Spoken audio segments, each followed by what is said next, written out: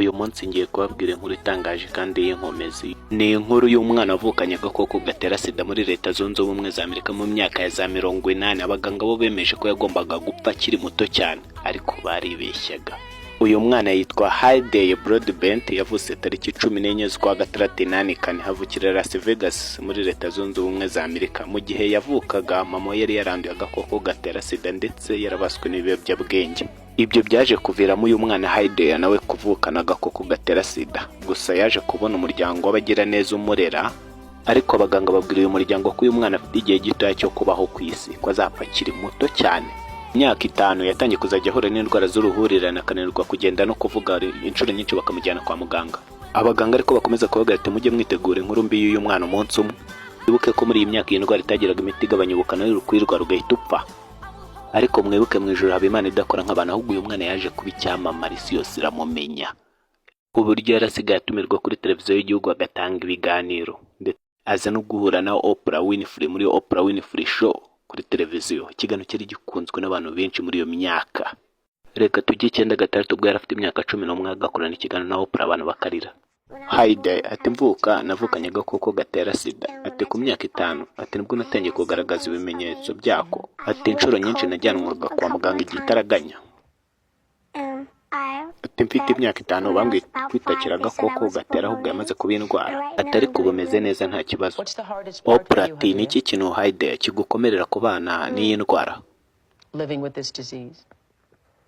Haydey ati iyo inshuti zawe zipfuye zikagusiga.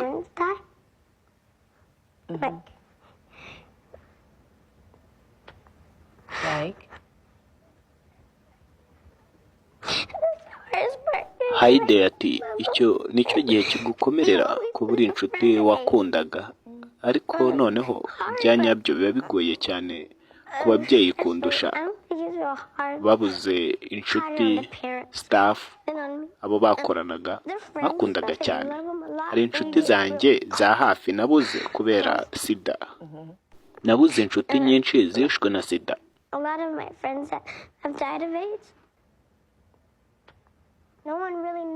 Gusa ntawe ubuzi igihe azamara. Simba nshaka kwishyiramo ko ndwaye sida, kuko nshobora no kujya hanze bisi kangonga ejo. Ntawamenya rero, n'uba ugomba guheranwa n'agahinda ngo ugume mu buriri, ngo n'ubundi se ko nzapfa kuki nabyuka nkagira icyo nkora. Mu gihe ubyutse uba ugomba kuvuga ngo uyu n'undi munsi reka ngire icyo nkora kiri positive. Uyu ni papa we wamureze. Rero nk'uko nibabwiye yaje gukura abo umustar, agenda atanga ibiganiro ahantu hose mu masare, ku mateleviziyo. Muri umuna we bari kumwe yitwa Patricia, nawe yari yaravukanye agakoko gatera sida. Urabona ko yagize ubuzima burebure cyane kurusha n'ubwo abaganga bari baravuze. Yaje no kuba umukire, umumiliyoneri. Reba hano yarabaye umumama. Haydey ati ubu nakabaye mbaye muri bwa buzima ngifite imyaka 5 bakimara kunsuzuma, ariko ubu mfite imyaka 32 kubera bampimye hakiri kare bakanshyira ku miti, byanyongereye igihe cy'ubuzima. Natangiye kubivuga yego nkiri umwana muto mfite imyaka 3. Sobanura ko biba bimeze kubana na sida uri umwana. Yego byanteraga ubwoba, gusa nabaga mfite icyizere cyinshi cyo gukora impinduka. Nazaga muri sare ntitaye ko unshaka cyangwa utanshaka muri iyo sare, kandi narazaga nkakuganiriza. Umva kwishakishamo izo mbaraga zo kwigisha kuri sida, umva nta giciro wabibonera. Numvaga nta muntu wantera ubwoba cyangwa ngo angaye. Uba wumva biteye imbaraga nyine kwigisha abantu.